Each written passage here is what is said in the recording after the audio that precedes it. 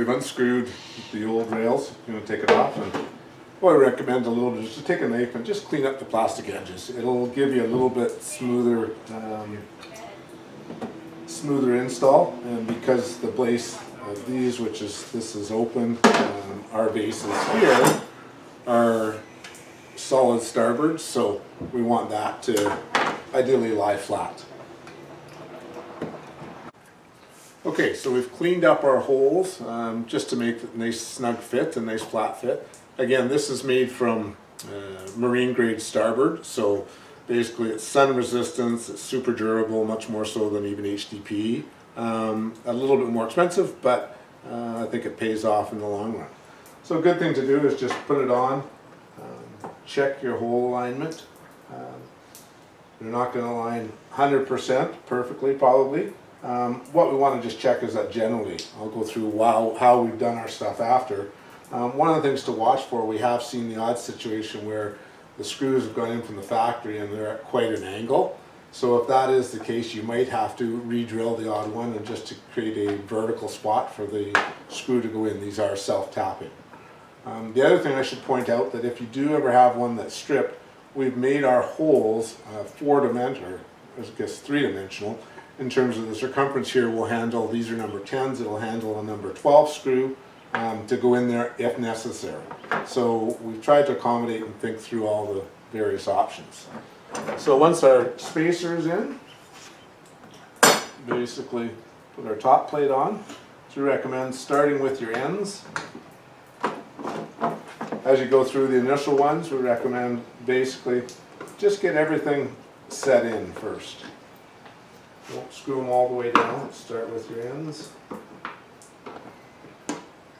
Got two screw holes here, so you gotta make sure you go into the right one. That was interesting, I haven't seen that yet. Again, no power drills, please. We're just kind of alternating here. Then we should do any installation.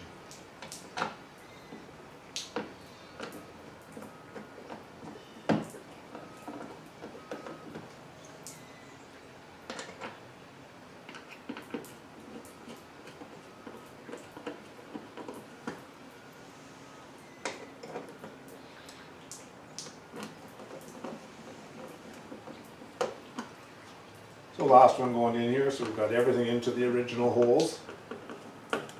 Like I've said, with everything we've done so far, we've had no issues, or I shouldn't say no issues, we've had one issue with the screw that we had to re-drill. But otherwise, everything should fit pretty much bang on. We've got everything secured here, and now we'll just screw everything down. You know, and one of the things to do when people say it won't bend, well, as you can see here, we can put pressure on it, it can bend, it can move outwards too to create a space. The aluminum tracks, you know, you're not going to bend this direction because they will spread in a little bit. So we've taken that into account and made sure we've just slightly oversized our track there to make sure we've got no binding. The other thing to remember is when you're using this, you've got plastic against metal on the T-bolt going through there. So it's much easier to move around, and serpentine in our design, what we've done is by adding that little bit extra space just allows it to move and slide without any resistance. So we'll tighten this down and check it. Again, you don't need to over torque these when you put them in.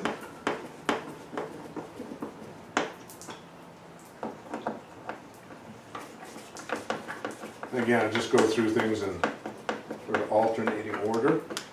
If you do have, like in an MK106, we have a couple of set screws in there. Install those first. That be sure though, and then go to your ends. You always want to do your inserts first.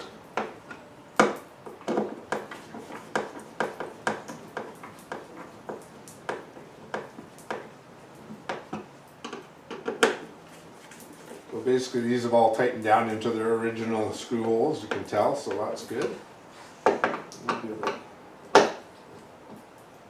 Oops, that one wasn't done. So again, we don't need to over tighten these.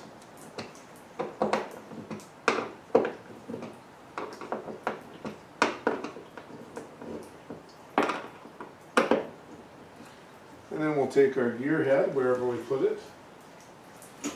Oh, there it is, thanks. And you can see it seamlessly guides, so tighten it down. We have tested these with Railblaza, Yak Attack, and ram mounts as well to make sure it works with all the gear heads. And yeah, again, moves nice and seamlessly through there. And the biggest difference now is you're not going to rip anything out of these. So there we go. There's an install. Enjoy.